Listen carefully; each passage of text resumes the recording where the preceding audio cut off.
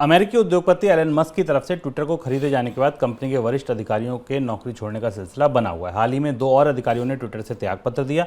उधर Elon Musk ने Twitter के कर्मचारियों को यहां तक कह दिया कि कंपनी के दिवालिया होने की आशंका से भी इनकार नहीं किया जा सकता। एलन मस्क ने ट्विटर में कामकाज के तरीकों में कई बदलाव किए हैं। हाल ही में मस्क ने वर्क फ्रॉम होम भी खत्म कर दिया है। सारे कर्मचारियों को बोला है कि वे अब ऑफिस आएं।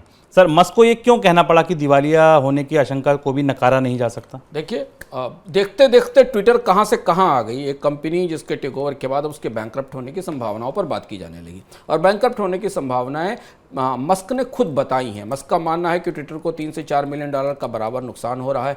अगले साल मस्क ने कहा है कि और ज़्यादा खराब स्थिति होने वाली है, यानी वो इस तरीके की भूमिका बता रहे हैं। उनका कहना है कि अगले साल कई बिलियन डॉलर का लॉस ट्विटर को हो सकता है। ट्विटर यहाँ तक आने से पहले लॉस में ही थी, और अब फेडरल ट्रेड कमीशन इसे बहुत उत्सुकता से देख रहा है, क्योंकि उनका ये बयान उन्होंने अपने कर्मचारियों से बातचीत में कहा है।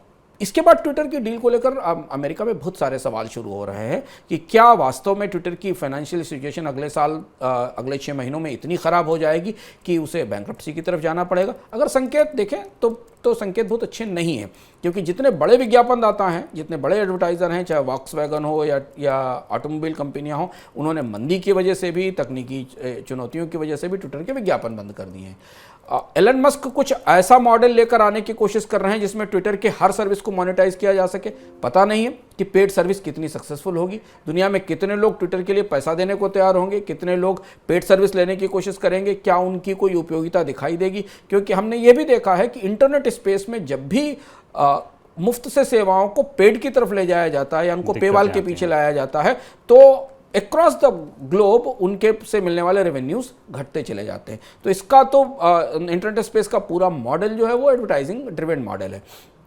मस्क ने अपनी तरफ से सारे खतरे के बल्ब, कॉशन के बल्ब जला दिए हैं। अगर ट्विटर की एडवर्टाइजिंग रिवाइव नहीं होती आने वाले समय में, तो फिर ट्विटर की वित्तीय स्थिति मुश्किल में पड़ सकती है। और एक और महत्वपूर्ण बात देखने की है कि ट्विटर में के अधिग्रहण के साथ और इस मौके पर ये सारी समस्याएं शुरू हो रही हैं जब दुनिया के तकनीकी स्पेस में, टेक्नोलॉजी कंपनी स्पेस में जबरदस्त कत्लेआम मचा हुआ है। हर बड़ी कंपनी अपने यहाँ खर्चों में कटौती कर रही है, कॉस्ट कटिंग कर रही है, लोगों को निकाल रही है। हमने कल इस पर चर्चा की थी। ऐसी स्थिति में एक आईटी बिजनेस मॉडल को, जो कि सिर्फ एडवर्टाइजिंग रेवेन्यू पर केंद्रित है, उसे सरवाइव करके मस्क कहाँ तक ले जा पाएंगे, ये बड़ी चुनौती है। तो मस्क की जब ट्विटर का टेक ओवर फाइनल हुआ था, तब हमने मनी सेंट्रल ने इस बात पर चर्चा की थी कि मस्क की असली चुनौती अब शुरू होती है, अधिग्रहण से नहीं, इस कंपनी को चलाए रखने और बनाए रखने की चुनौती।